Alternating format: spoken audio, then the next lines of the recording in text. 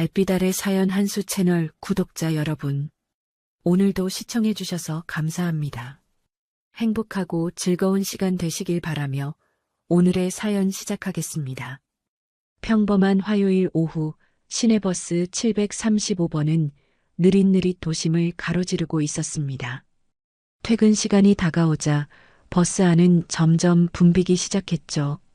뒷좌석에는 장을 보고 돌아가시는 듯한 할머니 한 분이 무거운 장바구니를 무릎에 올려놓고 앉아 계셨어요.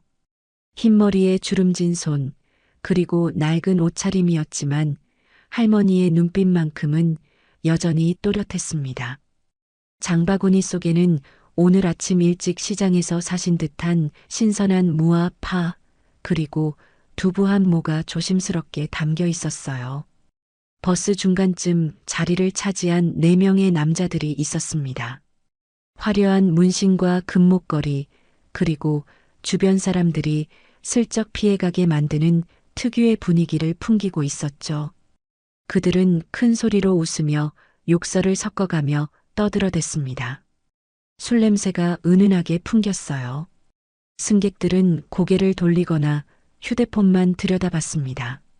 누구도 그들과 눈을 마주치려 하지 않았어요. 버스 기사님조차 백미러로 힐끗거리며 불안한 기색을 감추지 못했습니다. 야, 형님. 어제 그 새끼 말이야. 진짜 웃기더라고요. 가장 어려 보이는 조폭이 큰 소리로 떠들어댔어요. 옆에 앉은 회사원이 미간을 찌푸렸지만 아무 말도 하지 않았습니다. 분위기는 점점 더 험악해지고 있었죠. 버스가 신호등에 걸려 급정거하자 할머니가 중심을 잃고 비틀거렸어요. 그 순간 할머니의 장바구니가 조폭 중 한 명의 다리에 살짝 닿았습니다. 별것 아닌 접촉이었죠.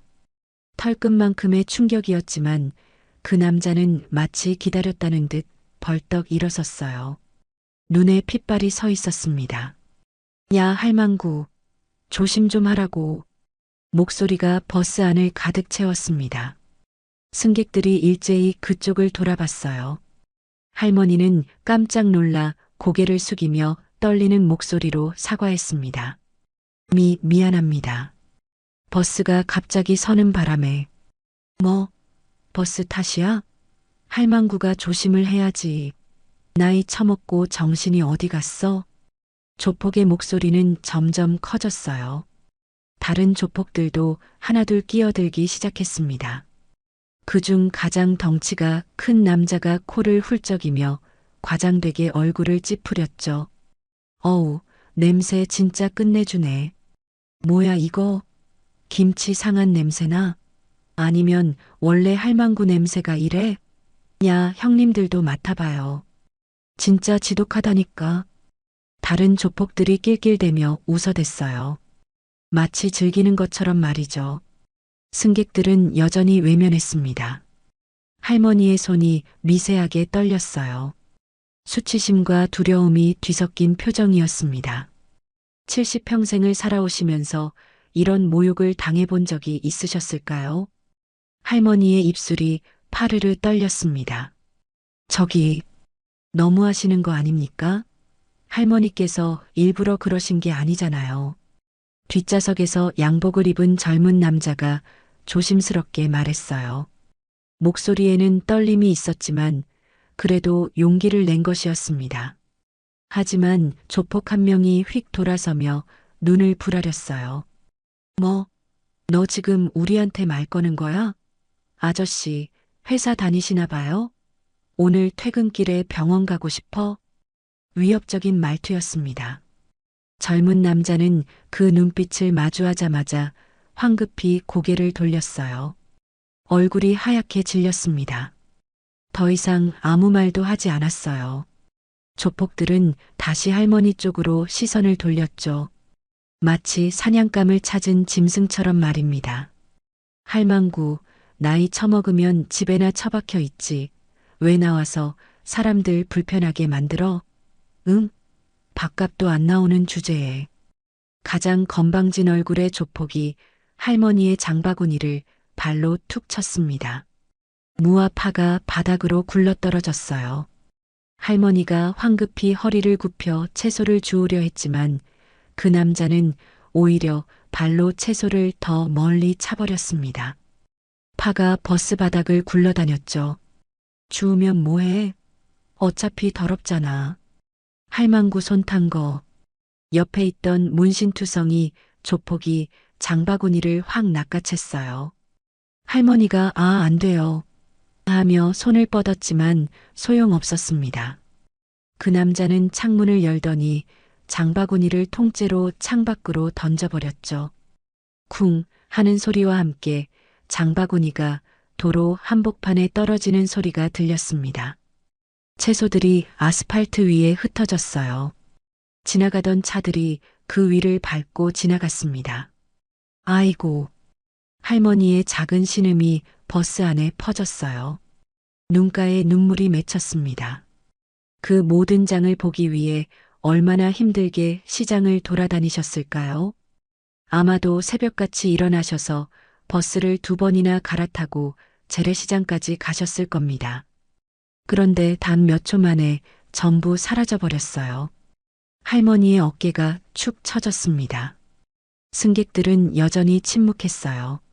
몇몇은 휴대폰으로 몰래 촬영하기 시작했지만 아무도 직접 나서지 않았습니다. 한 학생은 이어폰 볼륨을 최대로 높였어요. 듣지 않으려는 듯이 말이죠. 조폭들은 더욱 신이 났습니다. 야, 할망구 표정 봐. 진짜 웃기네. 울려고 하네, 진짜로. 그때 버스 앞쪽 좌석에 앉아있던 한 여자가 천천히 일어났습니다. 검은색 후드티와 청바지를 입은 그녀는 20대 후반쯤으로 보였습니다. 특별히 눈에 띄는 외모는 아니었어요. 오히려 평범해 보였죠. 하지만 그녀가 일어서자 묘한 분위기가 느껴졌습니다. 걸음걸이가 달랐어요. 흔들림 없이 마치 바닥에 뿌리를 내린 것처럼 안정적으로 움직였습니다. 버스가 흔들려도 그녀의 중심은 전혀 흔들리지 않았어요. 할머니, 괜찮으세요?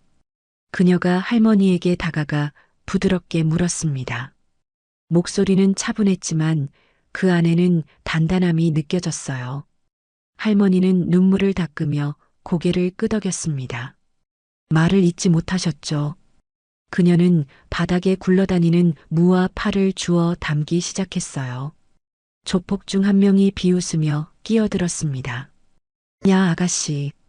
쓸데없이 나서면 너도 같이 창밖으로 던져줄까? 그 말에 다른 조폭들이 키득거렸어요. 하지만 그녀는 대꾸하지 않았습니다. 계속해서 채소를 주었죠. 마치 그들의 말이 들리지 않는 것처럼 말입니다. 이 태도가 오히려 조폭들을 자극했어요. 야, 이년이 지금 우리 무시해? 귀 먹었어? 문신투성이 조폭이 성큼성큼 다가왔습니다. 그의 손이 그녀의 어깨를 잡으려는 순간 그녀가 몸을 살짝 틀었어요. 자연스러운 움직임이었지만 조폭의 손은 허공을 휘저었습니다. 균형을 잃은 조폭이 비틀거렸죠. 뭐야 이년이? 조폭의 목소리에 당황스러움이 섞였어요. 그녀는 여전히 아무 말 없이 할머니를 부축해 자리에 앉혔습니다. 그리고 나서야 천천히 조폭들을 돌아봤어요. 눈빛이 달랐습니다. 전혀 겁먹지 않은, 오히려 차갑게 가라앉은 눈빛이었죠. 할머니한테 사과하세요. 그녀의 목소리는 여전히 차분했습니다. 하지만 그 말에는 협상의 여지가 없었어요. 명령이었습니다. 조폭들은 잠시 멍해졌다가 이내 폭소를 터뜨렸어요. 사과? 야, 형님들, 이거 진짜 웃기는데요? 인연이 지금 우리 보고 사과하래요.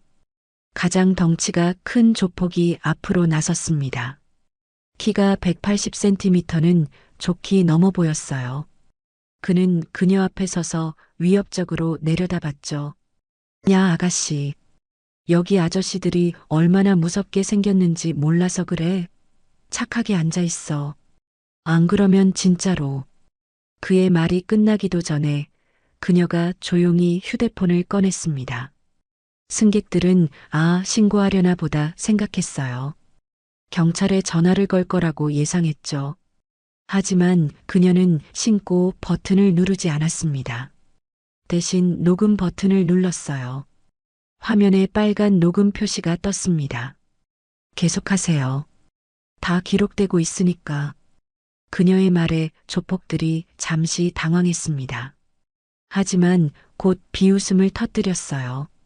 야, 인연이 진짜 웃기네. 녹음? 그거 증거된다고 생각해? 야, 핸드폰 내놔. 건방진 얼굴의 조폭이 그녀의 휴대폰을 빼앗으려 손을 뻗었습니다. 하지만 그녀는 침착하게 한 발짝 뒤로 물러섰어요. 동시에 휴대폰을 주머니 깊숙이 집어넣었습니다. 조폭의 손은 또다시 허공을 휘저었죠. 인연이 진짜 죽고 싶나 봐. 조폭들의 분위기가 급격히 험악해졌습니다. 4명 모두 그녀를 에워쌌어요. 승객들은 숨을 죽였습니다.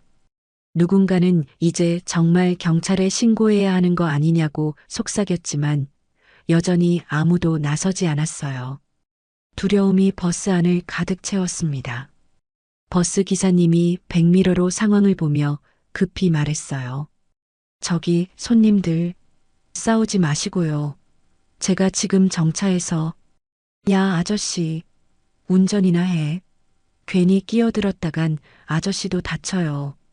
조폭 중 한 명이 버스 기사님을 향해 고함을 질렀습니다. 버스 기사님은 입을 다물었어요. 핸들을 쥔 손이 떨리고 있었습니다. 그는 어쩔 수 없이 계속 운전을 했죠. 신호등이 바뀌고 버스는 다시 움직이기 시작했어요. 그녀는 여전히 침착했습니다. 오히려 조폭들의 반응을 관찰하는 듯 보였어요. 누가 주도권을 쥐고 있는지, 누가 가장 충동적인지, 누가 겁이 많은지를 파악하고 있었습니다. 그녀의 눈은 끊임없이 움직였죠. 버스 안의 구조도 살펴봤어요. 손잡이의 위치, 좌석 사이의 간격, 비상문까지의 거리까지 모두 계산하는 듯 했습니다. 마지막으로 한 번 더 말할게요. 할머니한테 사과하세요. 그리고 조용히 내리세요. 그럼 이 녹음 파일은 삭제하겠습니다. 그녀의 제안은 합리적이었어요. 하지만 조폭들에게는 그것이 오히려 도발로 들렸습니다. 자존심이 상한 거죠. 특히 두목으로 보이는 남자의 얼굴이 일그러졌어요. 인연이 끝까지 나대네? 좋아. 너 오늘 제대로 혼나봐야겠다. 그가 주먹을 불끈 쥐었습니다. 분위기가 최악으로 치달았어요. 할머니가 겁에 질려 그녀의 옷자락을 잡았습니다. 아가씨, 그만해요. 괜히 다칠라. 하지만 그녀는 할머니를 안심시키듯 손을 포겠어요. 그리고 조폭들을 똑바로 쳐다봤습니다. 그 눈빛에는 전혀 흔들림이 없었어요. 오히려 조폭들이 먼저 시선을 피했습니다. 이상했죠. 분명 숫자로는 그들이 우세한데 왜인지 이 여자 앞에서는 기가 죽는 느낌이었어요. 기회는 줬어요. 선택은 여러분 몫입니다. 그녀의 마지막 경고였습니다. 두목으로 보이는 남자의 얼굴이 붉게 달아올랐습니다. 자존심이 완전히 구겨진 표정이었어요. 그는 주변을 둘러봤죠. 승객들은 여전히 고개를 숙이고 있었습니다. 누구도 개입하지 않을 거라는 확신이 들자 그의 입꼬리가 비틀어졌어요. 야, 인연 진짜 가만 안 둬. 오늘 제대로 정신 차리게 해줘야겠어. 그가 앞으로 성큼 다가서며 그녀의 뺨을 때리려 손을 들어 올렸습니다. 주먹이 아니라 손바닥이었어요. 더 모욕적으로 만들려는 의도였죠. 승객들이 숨을 죽였습니다. 할머니는 눈을 질끈 감았어요. 차마 볼 수가 없었던 겁니다. 하지만 그 손바닥은 그녀의 뺨에 닿지 못했습니다. 순식간이었어요. 그녀의 손이 번개처럼 움직이더니 조폭의 손목을 낚아챘습니다. 그리고 비틀었죠. 정확하게 관절이 꺾이는 각도로 말이에요. 뚝 하는 소리와 함께 조폭이 비명을 질렀어요. 으악! 그녀는 그의 손목을 놓지 않았습니다. 오히려 더 세게 비틀며 아래로 끌어내렸어요. 조폭의 거대한 몸이 무릎을 꿇었습니다. 그리고 그녀는 차분하게 그의 어깨를 눌러 자석 밑으로 내리눌렀죠. 조폭의 얼굴이 바닥에 처박혔어요. 꺼! 신음소리가 버스 안에 울려 퍼졌습니다. 모든 일이 3초도 안 되는 시간에 벌어졌어요. 승객들은 입을 떡 벌린 채 그 광경을 지켜봤습니다. 방금 전까지 위협적이던 조폭이 한 여자에게 제압당한 겁니다. 믿기지 않는 광경이었죠. 형님, 나머지 조폭 3명이 동시에 달려들었습니다. 하지만 좁은 버스 통로에서는 한꺼번에 공격할 수가 없었어요. 그녀는 그 점을 정확히 이용했습니다. 가장 먼저 달려든 조폭의 주먹을 살짝 고개를 숙여 피했어요. 주먹은 그녀의 머리 위를 스쳐 지나갔죠. 그리고 그녀는 그 조폭의 팔을 잡아 앞으로 당겼습니다. 균형을 잃은 조폭이 앞으로 휘청거렸어요. 그녀는 무릎으로 그의 배를 정확히 가격했습니다. 으윽 소리와 함께 조폭이 몸을 구부렸죠. 그녀는 즉시 그의 뒤통수를 잡아 좌석 팔걸이에 박았어요. 쾅! 조폭이 그대로 쓰러졌습니다. 두 번째 조폭이 뒤에서 그녀의 목을 조르려 했습니다. 팔이 그녀의 목에 감겼어요. 하지만 그녀는 당황하지 않았습니다. 오히려 그의 팔을 양손으로 움켜쥐고 허리를 숙이며 앞으로 몸을 던졌어요. 유도 기술이었죠. 조폭의 몸이 그녀의 등을 넘어 공중으로 떠올랐습니다. 으아! 조폭이 비명을 지르며 버스 바닥에 등을 세게 부딪혔어요. 쿵 하는 소리가 버스 전체를 흔들었습니다. 그는 신음하며 몸부림쳤지만 일어나지 못했어요. 숨이 완전히 끊어진 듯 헐떡거렸습니다. 이제 남은 건 한 명이었습니다.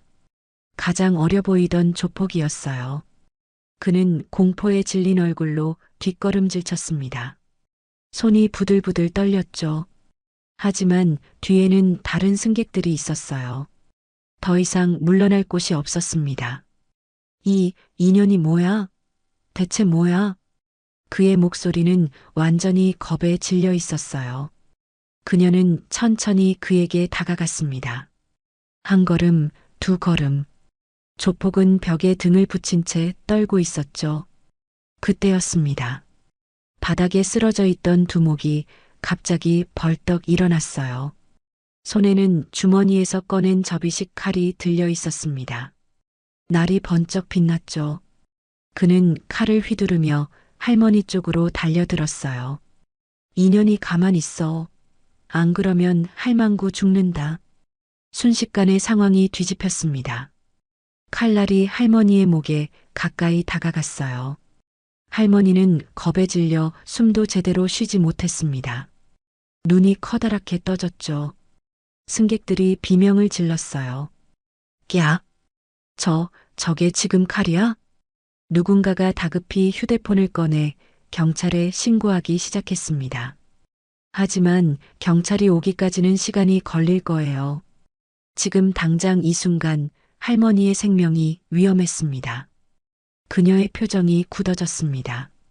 처음으로 긴장한 기색이 역력했어요.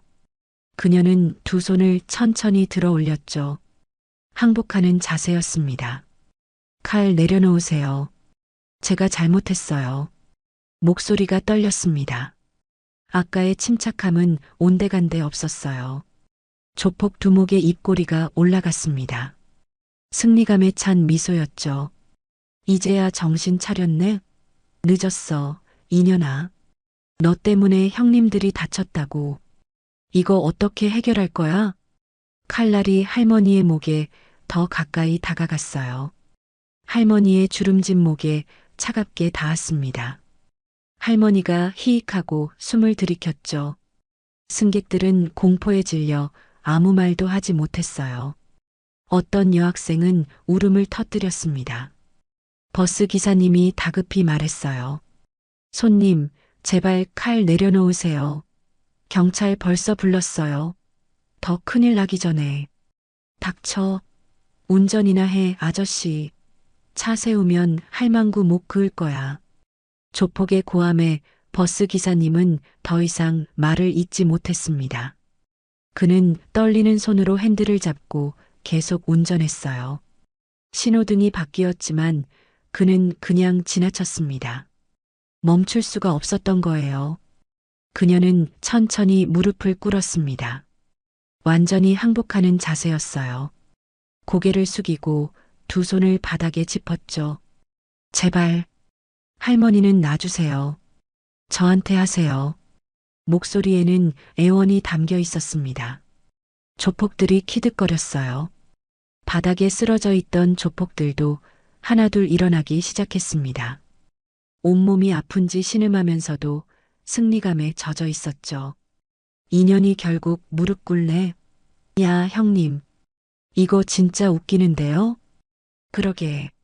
아까 그 잘난 척 하던 게 다 어디 갔어? 그들은 그녀를 비웃었습니다. 하지만 그녀의 눈은 여전히 칼날을 주시하고 있었어요. 각도를 계산하고 거리를 재고 타이밍을 가늠하고 있었습니다. 무릎을 꿇은 자세였지만 그녀의 근육은 팽팽하게 긴장해 있었어요. 마치 도약하기 직전의 표범처럼 말이죠. 칼을 든 두목의 얼굴에는 광기가 서려 있었습니다. 그는 자신이 완전히 상황을 장악했다고 믿었어요. 할머니는 숨조차 제대로 쉬지 못한 채 얼어붙어 있었죠. 칼날의 차가운 감촉이 목에 닿아 있었으니까요. 조금이라도 잘못 움직이면 베일 것 같았습니다. 야, 이년아. 아까 그 잘난 척은 다 어디 갔어? 응? 이제 보니까 겁쟁이잖아. 두목이 비웃으며 말했습니다. 다른 조폭들도 몸을 일으켜 세우며 낄낄거렸어요. 코피를 흘리고 멍이 든 얼굴이었지만 여전히 숫자는 그들이 많았습니다. 그리고 무엇보다 인질이 있었죠. 무릎을 꿇은 채 고개를 숙이고 있던 그녀가 천천히 입을 열었습니다. 제발, 할머니만은 놔주세요. 제가 뭘 해드릴까요? 목소리가 떨렸어요. 완전히 굴복한 것처럼 들렸습니다. 두목은 더욱 우쭐해졌죠. 뭘 해달라고? 좋아. 그럼 여기 형님들한테 무릎 꿇고 사과해. 제대로. 이마가 바닥에 닿을 때까지 절하면서 말이야. 그렇게 할게요. 그러니까 칼만 내려놓으세요. 그녀는 더욱 고개를 숙였습니다. 머리카락이 얼굴을 가렸어요. 표정을 알 수 없었죠. 조폭들은 완전히 방심했습니다. 이미 게임이 끝났다고 생각한 거예요. 야, 그 전에 녹음한 거 먼저 지워. 핸드폰 꺼내. 두목이 명령했습니다. 그녀는 천천히 주머니에서 휴대폰을 꺼냈어요. 손이 떨리는 것처럼 보였습니다. 화면을 켰죠. 빨간 녹음 표시가 여전히 깜빡이고 있었어요. 지금 지워. 당장. 두목의 목소리가 더욱 날카로워졌습니다. 칼날이 할머니의 목을 더 세게 눌렀어요. 할머니가 작은 신음을 흘렸습니다. 그녀는 화면을 몇 번 터치했어요. 녹음이 멈췄습니다. 그리고 파일을 삭제하는 듯 보였죠. 다 지웠어요. 이제 할머니 놔주세요. 지웠다고? 확인 좀 해봐야겠는데? 야, 핸드폰 이리 던져. 그녀는 잠시 망설이는 듯 하더니 휴대폰을 두목 쪽으로 조심스럽게 던졌습니다. 휴대폰이 공중을 날아갔어요. 두목의 부하 중 한 명이 그것을 받았죠. 화면을 확인하기 시작했습니다. 형님, 진짜 지웠네요. 녹음 파일 없어요. 그래, 잘했어, 이년아. 두목이 만족스러운 표정을 지었습니다. 하지만 칼은 여전히 할머니의 목에 대고 있었어요. 놓아줄 생각이 없는 것 같았죠. 할머니 놔주신다고 하셨잖아요. 그녀의 목소리에 절박함이 묻어났습니다. 두목은 비웃었어요. 내가 언제 그랬어? 이년아, 세상이 그렇게 호락호락한 줄 알아? 너 때문에 우리 형님들 다쳤다고. 이거 어떻게 보상할 건데? 돈을 드릴까요? 얼마든지. 돈? 크크크. 돈으로 해결될 것 같아? 야, 이년. 너 오늘 제대로 혼나야겠어. 할망구 앞에서 말이야. 조폭들이 다시 그녀에게 다가왔습니다. 주먹을 쥐고 발로 차려는 자세를 취했어요. 승객들은 숨을 죽이고 지켜봤습니다. 누군가는 차마 볼 수 없다는 듯 고개를 돌렸죠. 그녀는 여전히 무릎을 꿇은 채였습니다. 고개를 숙이고 온몸이 떨리는 것처럼 보였어요. 완전히 패배한 모습이었죠. 조폭 한 명이 그녀의 머리채를 움켜쥐려 손을 뻗었습니다. 바로 그 순간이었습니다. 그녀의 눈빛이 변했어요. 무릎을 꿇은 자세에서 그녀는 폭발적으로 몸을 일으켰습니다. 마치 스프링처럼 말이죠. 모든 움직임이 번개처럼 빨랐어요.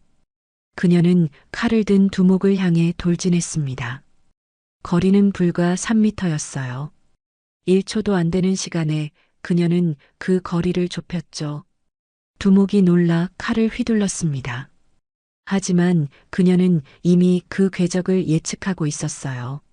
몸을 낮춰 칼날을 피하고 동시에 두목의 손목을 양손으로 움켜쥐었습니다.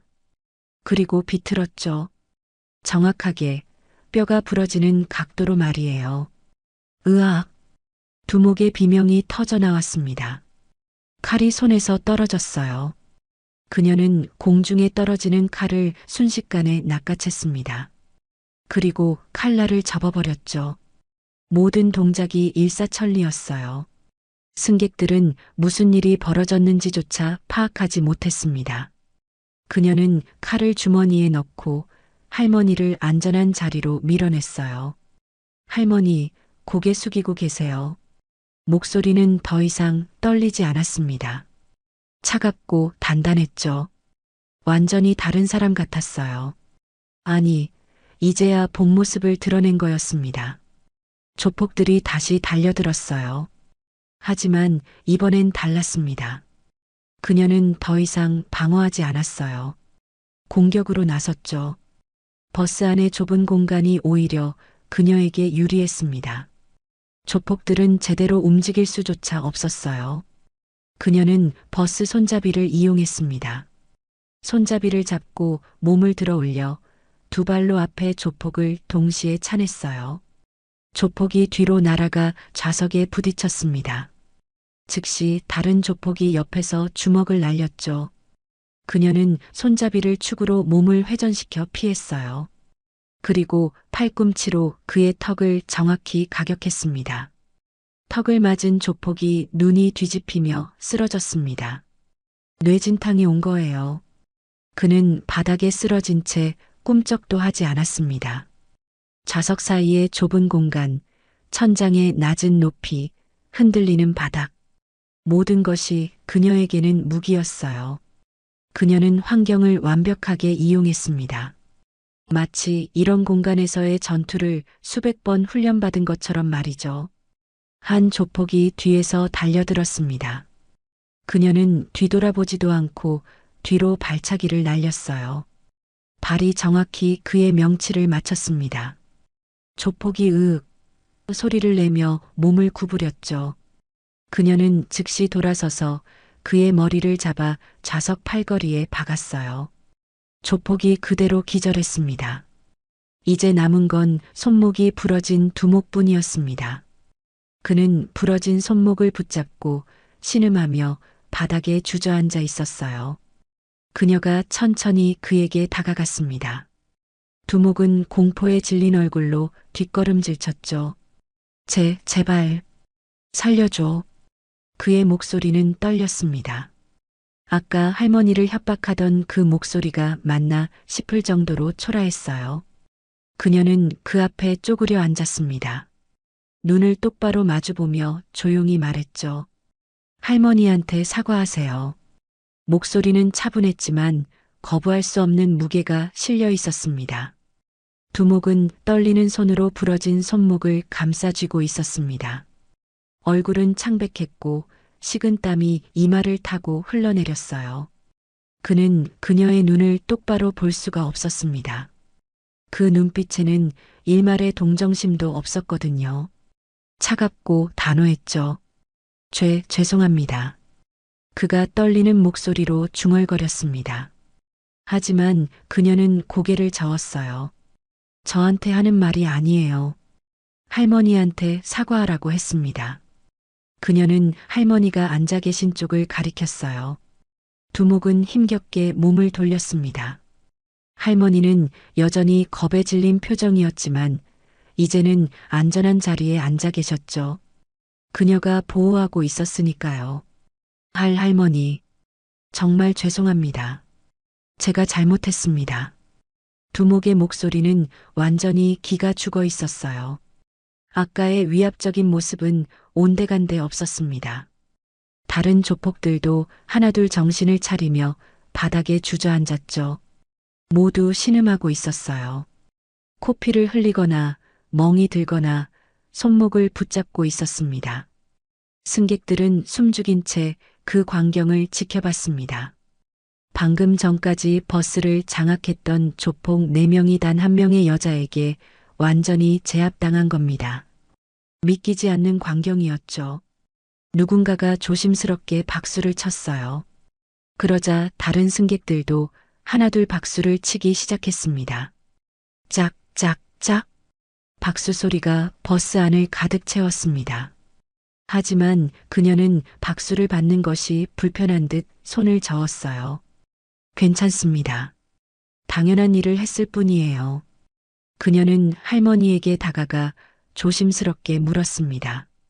할머니, 다치신 데는 없으세요?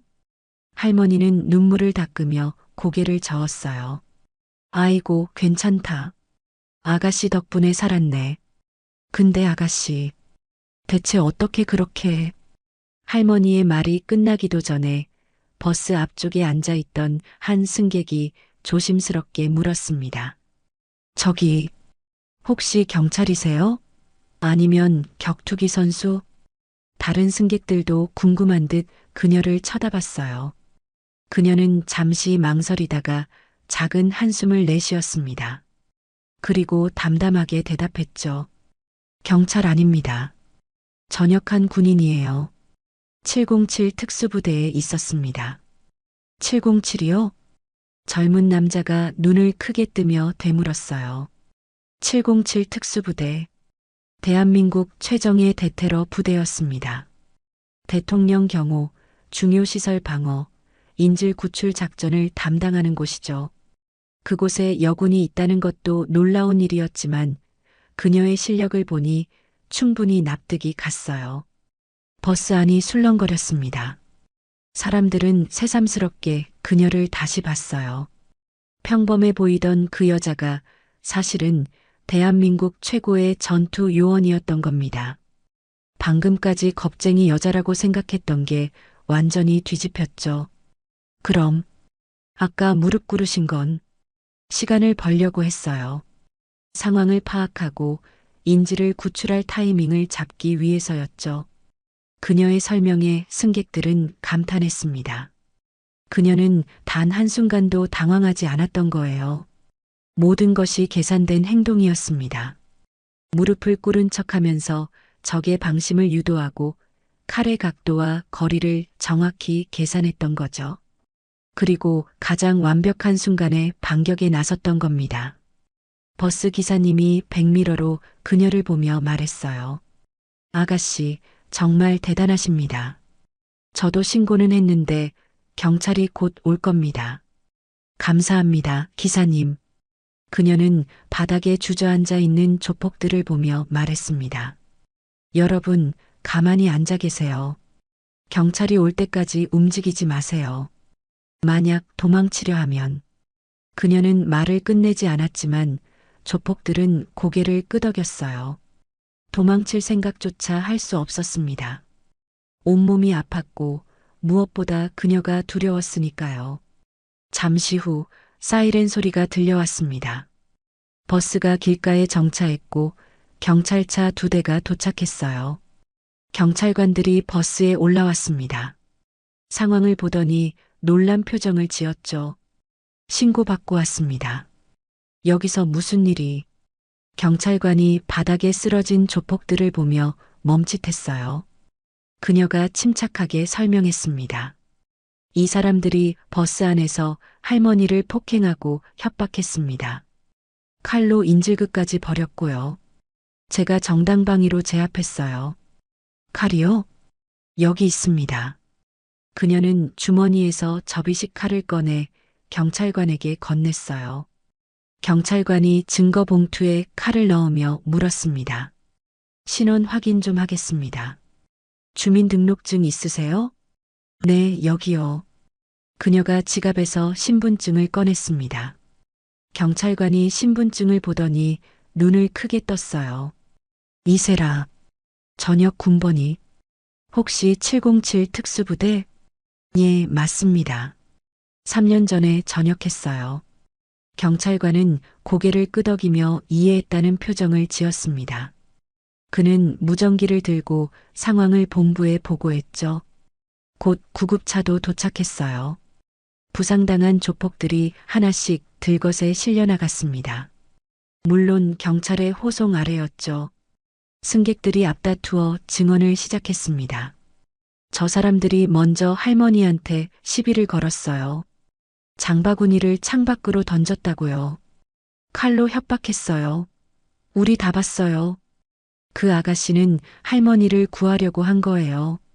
수많은 증언이 쏟아졌습니다. 그리고 여러 명이 휴대폰으로 촬영한 영상도 있었어요. 증거는 충분했습니다. 경찰관은 그녀에게 말했죠.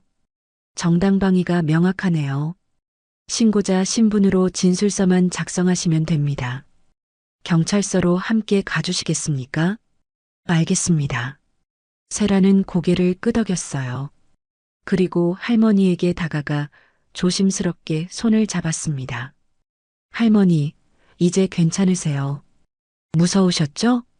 할머니는 세라의 손을 꼭 쥐며 눈물을 흘렸어요. 아이고, 정말 고맙다, 아가씨. 내 덕분에 살았어. 은인이야, 은인. 아니에요. 당연한 일 했을 뿐이에요. 세라는 부드럽게 미소 지었습니다. 그 미소에는 따뜻함이 담겨 있었어요. 아까의 차갑고 냉정한 모습과는 전혀 달랐죠. 할머니는 계속 고맙다고 은인이라고 되풀이하셨습니다.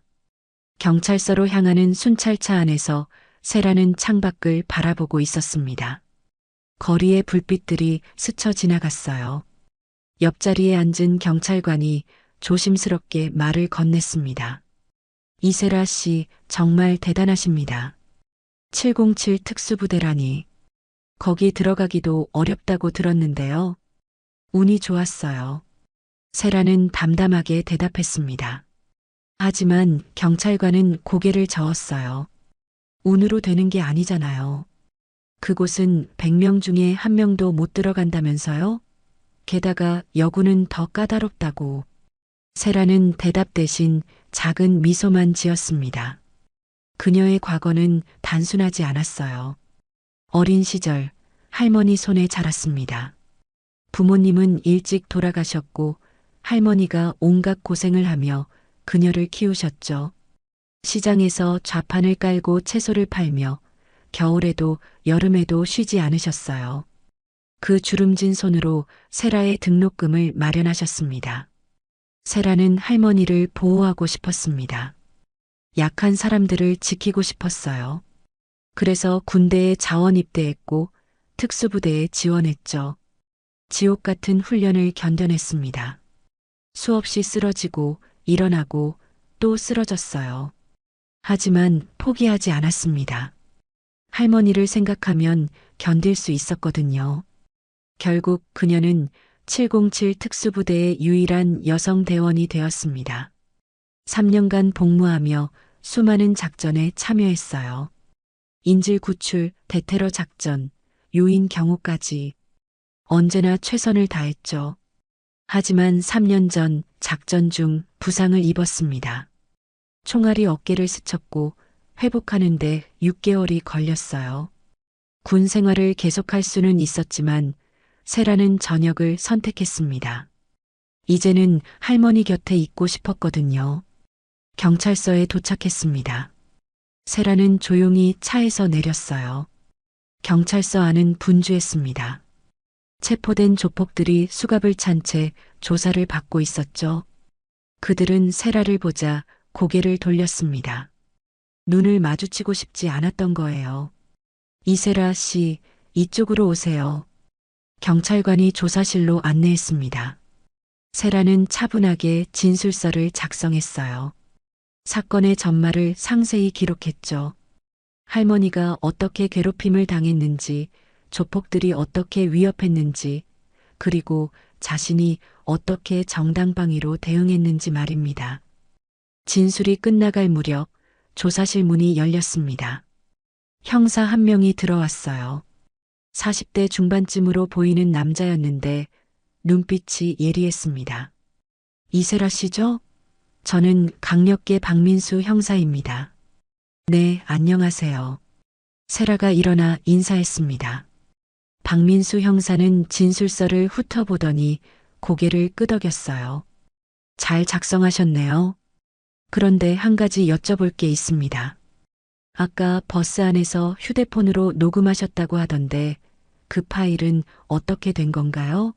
조폭들한테 지웠다고 하셨다면서요? 세라의 입꼬리가 살짝 올라갔습니다. 처음으로 장난기 어린 표정이었어요. 지운 척했죠. 사실은 클라우드에 자동 백업되도록 설정해뒀습니다. 파일은 여전히 있어요. 정말요? 박민수 형사의 눈이 반짝였습니다.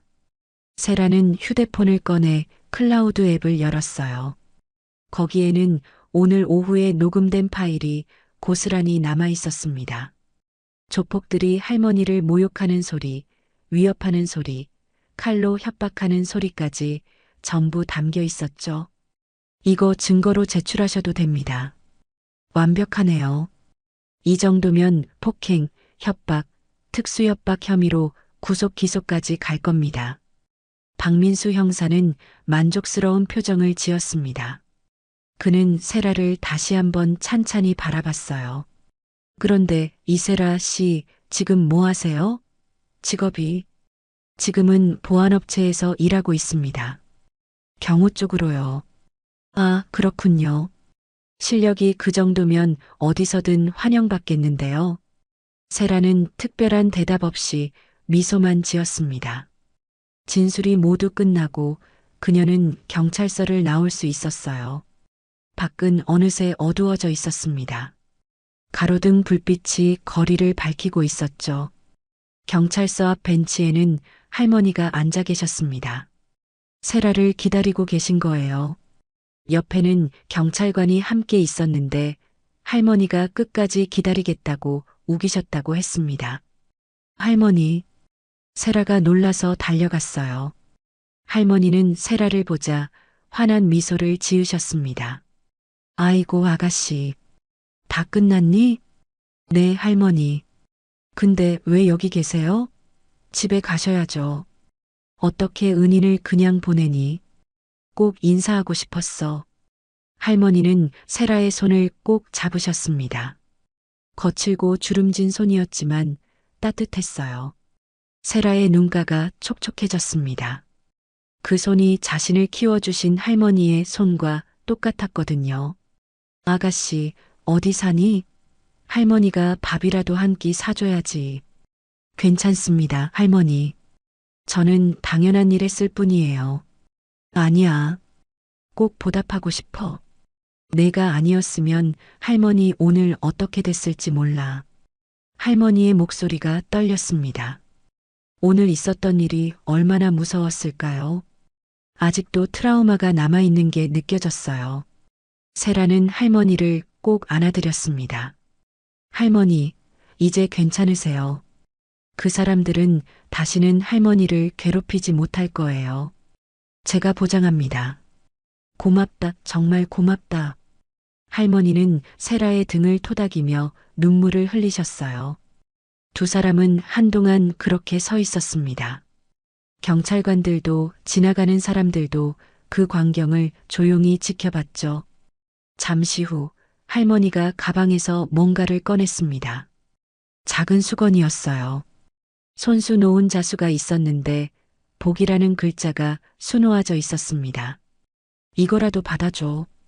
할머니가 손수 만든 거야. 내가 항상 복 받기를 바라는 마음으로 말이야. 세라는 수건을 받아들었습니다. 그리고 가슴에 꼭 안았어요. 정말 소중히 간직할게요, 할머니. 감사합니다. 아이고, 내가 더 고맙지. 할머니는 세라의 볼을 쓰다듬으셨습니다. 마치 손녀를 대하듯이 말이에요. 세라도 할머니를 보며 미소 지었습니다. 돌아가신 자신의 할머니가 생각났거든요. 다음 날 아침 세라는 평소처럼 조용히 하루를 시작했습니다. 커피를 내리고 창문을 열어 신선한 공기를 들이마셨어요. 어제 있었던 일이 꿈만 같았습니다. 하지만 테이블 위에 놓인 할머니의 수건이 그것이 현실이었음을 증명했죠. 휴대폰이 울렸습니다. 모르는 번호였어요. 세라는 전화를 받았습니다. 여보세요? 이세라 씨시죠? 저는 KBS 뉴스 취재팀입니다. 어제 버스에서 있었던 일에 대해 인터뷰 요청 드리고 싶은데요. 세라는 잠시 당황했습니다. 뉴스라니요? 어제 승객들 중 누군가가 언론에 제보한 모양이었어요. 그녀는 정중하게 거절했습니다. 죄송하지만 인터뷰는 사양하겠습니다. 저는 그냥 평범한 시민일 뿐이에요. 하지만 국민들이 알 권리가. 죄송합니다. 세라는 전화를 끊었습니다. 하지만 그것으로 끝이 아니었어요. 곧이어 다른 방송사들에서도 연락이 왔습니다. 신문사, 인터넷 매체까지 모두 인터뷰를 요청했죠. 세라는 전부 정중히 거절했습니다. 점심때쯤 세라는 회사로 출근했습니다. 보안업체 사무실에 들어서자 동료들이 일제히 그녀를 쳐다봤어요. 그리고 박수를 쳤습니다. 세라 씨, 뉴스 봤어요.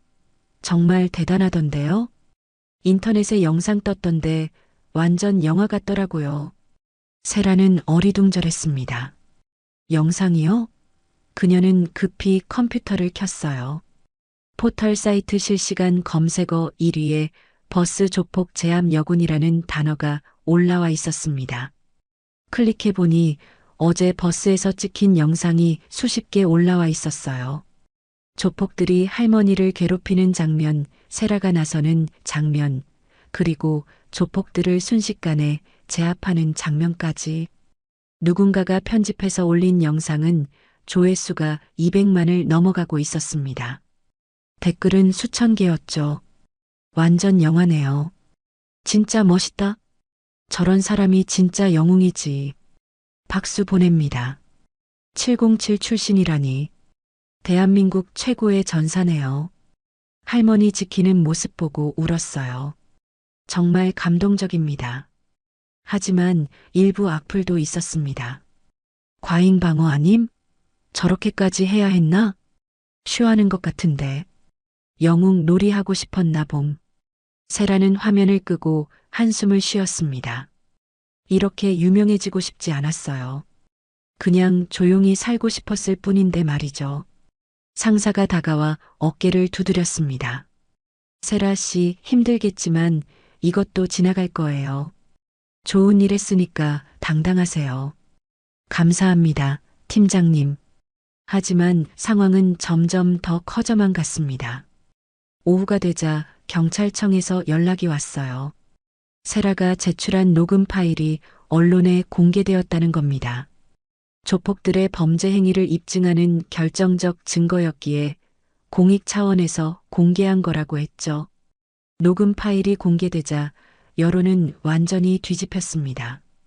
악플을 달았던 사람들조차 입을 다물었어요. 녹음에는 조폭들이 할머니를 얼마나 잔인하게 모욕했는지, 얼마나 위협적이었는지가 생생하게 담겨 있었거든요. 칼로 협박하는 소리, 할머니의 떨리는 목소리까지 모두 들렸습니다. 이건 정당방위 수준이 아니라 영웅적 행동이네요. 저 상황에서 누가 나설 수 있겠어요? 진짜 대단한 분입니다. 조폭들 처벌 제대로 해야 합니다. 저런 쓰레기들. 여론이 들끓었습니다. 국회의원들도 이 사건에 관심을 보였어요. 대중교통에서의 폭력 범죄를 강력히 처벌해야 한다는 법안이 발의되기도 했죠. 세라는 의도치 않게 사회적 이슈의 중심에 서게 된 겁니다. 저녁 무렵 세라의 휴대폰에 또 전화가 걸려왔습니다. 이번에는 경찰청 홍보팀이었어요. 이세라 씨, 경찰청장님께서 직접 감사패를 수여하고 싶다고 하십니다. 모범 시민상도 함께요. 내일 수여식이 있는데 참석해 주실 수 있으신가요? 세라는 거절하고 싶었습니다. 하지만 상대는 경찰청이었어요. 거절하기가 쉽지 않았죠. 꼭 가야 할까요? 국민들에게 좋은 본보기가 될 겁니다. 요즘처럼 무관심한 시대에 이세라 씨 같은 분이 필요합니다. 부탁드립니다. 세라는 잠시 고민했습니다. 그리고 할머니를 떠올렸어요. 어제 그 할머니가 얼마나 무서워하셨는지, 얼마나 고마워하셨는지 말이죠. 만약 자신의 이야기가 다른 사람들에게 용기를 줄 수 있다면 그것도 의미 있는 일이 아닐까요? 알겠습니다. 참석하겠습니다. 감사합니다. 이세라 씨. 전화를 끊고 나서 세라는 창밖을 바라봤습니다. 해가 지고 있었어요. 주황빛 노을이 하늘을 물들이고 있었죠. 그녀는 지갑에서 할머니의 사진을 꺼냈습니다. 돌아가신 할머니의 사진이었어요. 환하게 웃고 계시는 모습이었죠. 할머니, 제가 잘하고 있는 거 맞죠?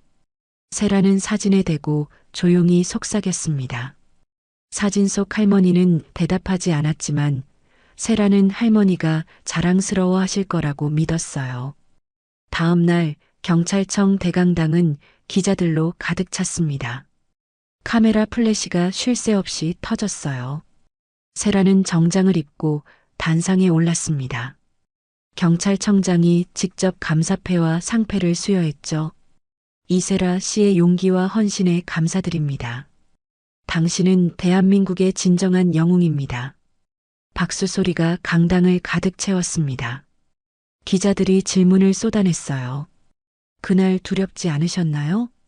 앞으로도 이런 상황을 마주하면 개입하실 건가요? 707 특수부대에서의 경험이 도움이 됐나요? 세라는 마이크 앞에 섰습니다. 그리고 침착하게 대답했어요. 두렵지 않았다면 거짓말이겠죠. 하지만 도움이 필요한 분이 계셨어요. 저는 그냥 당연한 일을 했을 뿐입니다. 누구라도 그 상황이었다면 그렇게 했을 거예요. 하지만 대부분의 사람들은 나서지 못하잖아요. 한 기자가 반문했습니다. 세라는 잠시 생각하다가 말했어요. 무관심이 가장 무서운 폭력입니다. 우리가 외면하는 순간 악은 더 강해지죠. 저는 그저 외면하지 않았을 뿐입니다. 여러분도 할 수 있어요. 신고만 해도, 증언만 해도 충분히 도움이 됩니다. 기자들은 세라의 말에 숙연해졌습니다. 수여식이 끝나고 세라는 조용히 강당을 빠져나오려 했습니다. 하지만 출구 근처에는 예상치 못한 사람들이 기다리고 있었어요. 어제 버스에 함께 타고 있던 승객들이었습니다. 할머니도 계셨죠. 손에는 정성스럽게 포장한 선물 상자를 들고 계셨어요. 아가씨, 할머니가 세라를 보자마자 달려오셨습니다. 다른 승객들도 박수를 치며 다가왔어요. 젊은 회사원, 학생, 주부까지 모두 감사의 마음을 전하고 싶어 이 자리에 온 거였습니다. 할머니, 어떻게 여기까지?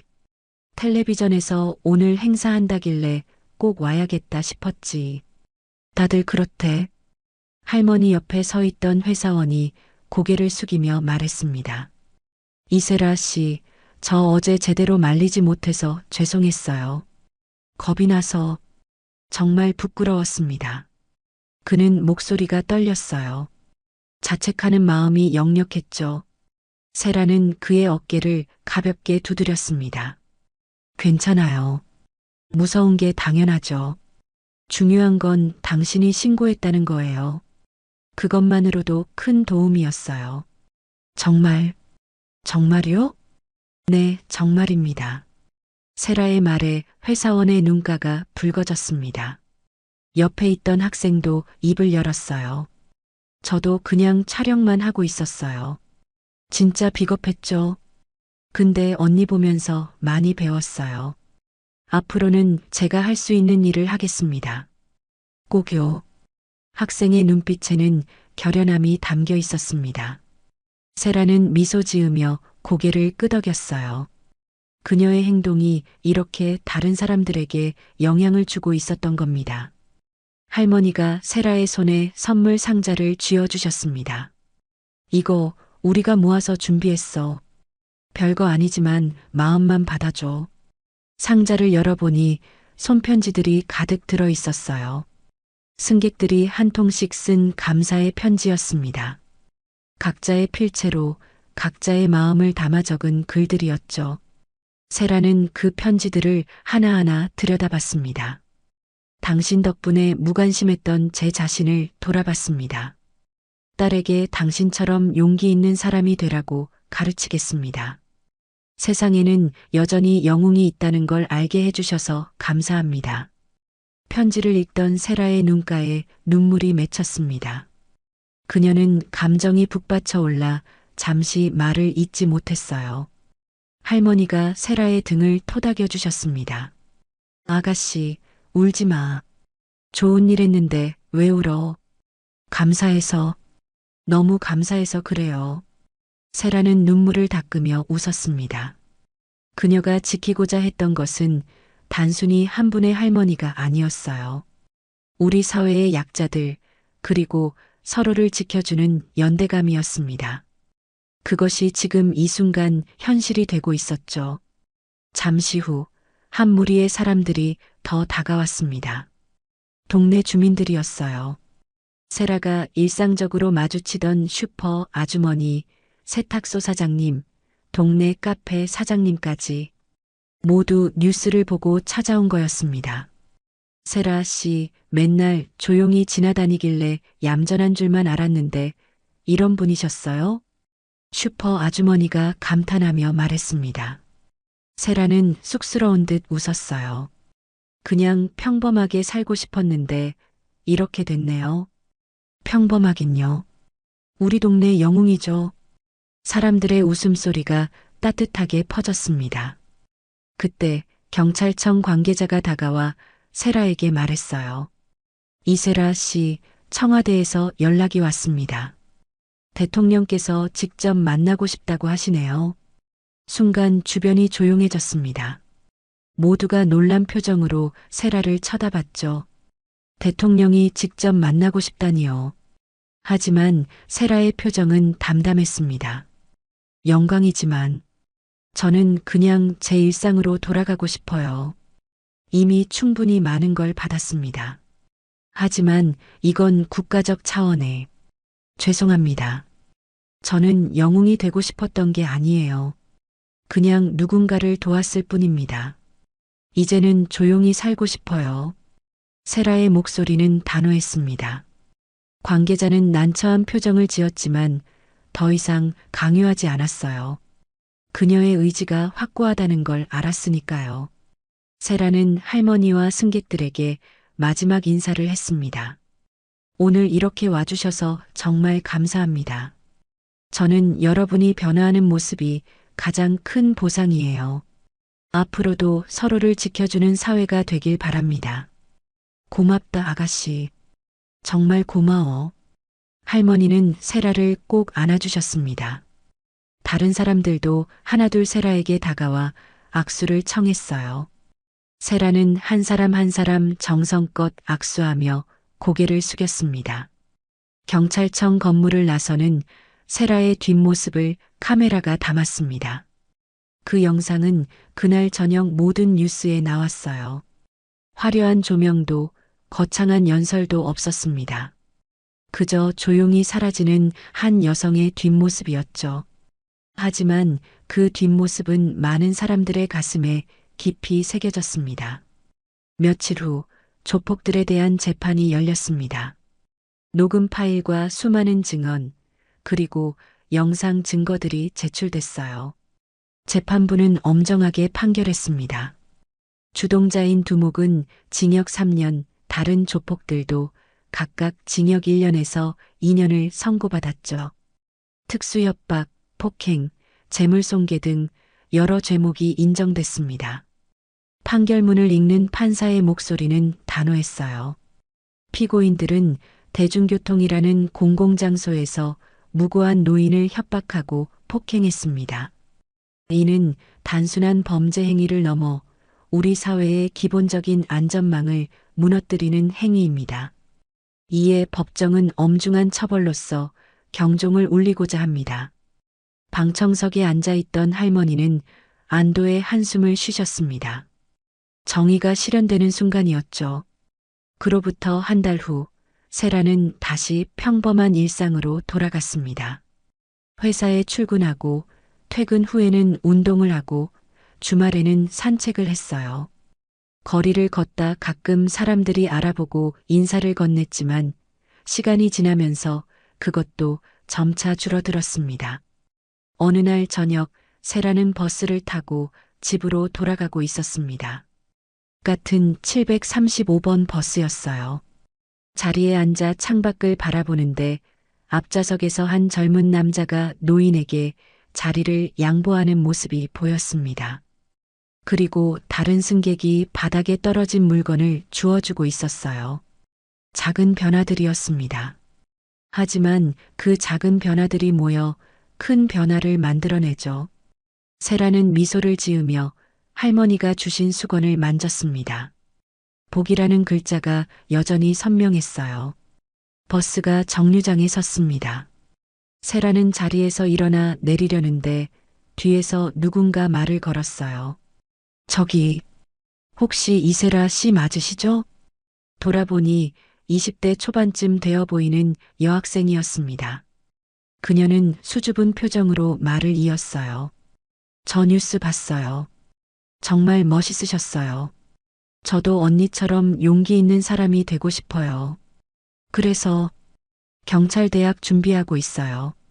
세라는 놀라서 여학생을 바라봤습니다. 자신의 행동이 누군가의 꿈이 되었다니요. 가슴이 벅차올랐어요. 정말요? 대단하네요. 꼭 합격하세요. 응원할게요.